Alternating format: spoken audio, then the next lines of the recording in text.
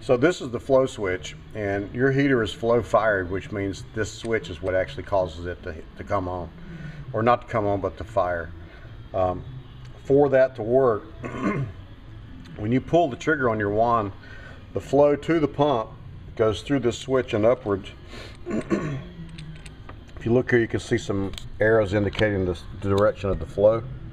And on your system, it looks like this. Coming down out of the pump, there's a swivel on top, so this is hanging like that.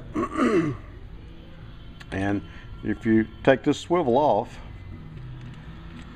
then it's not on the pump anymore, and you can take the hose loose from this swivel. And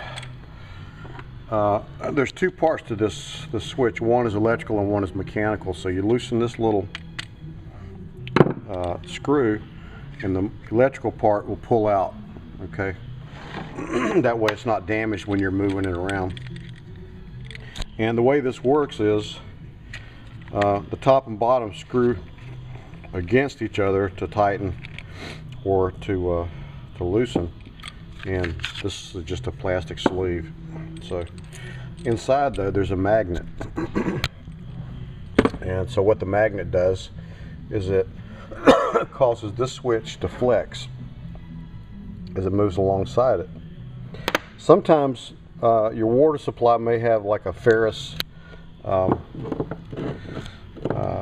component to it. And as you can see, this magnet is attracting some ferrous particles off the countertop here. It's not hard to clean it off. You just basically wipe it off with your fingers. But if it collects enough, it won't let it move up and down inside the cylinder. It'll actually bind. So just take this off, wash it if necessary, put it back down in so that the flat part is facing down. Okay, put this on so that the arrows are facing up. Screw this back together, make sure it's tight. You're going to probably need a vise or a set of channel locks in order to turn this apart to get it as tight as it's supposed to go. This is only hand tight, just I don't want to waste a lot of time on that. But this is the electrical part of the flow switch. There's nothing to fix, there's nothing to, all there is just to replace. And the way it works is you get a magnet, and there's a magnet here, but any magnet will work, like one for picking up tools, and you run this along here to check it out. So you can take this out, run a magnet, and see if your heater comes on and off as it's supposed to, and if it does, this part's okay, there's not an issue there. Okay, so you just check it with a magnet.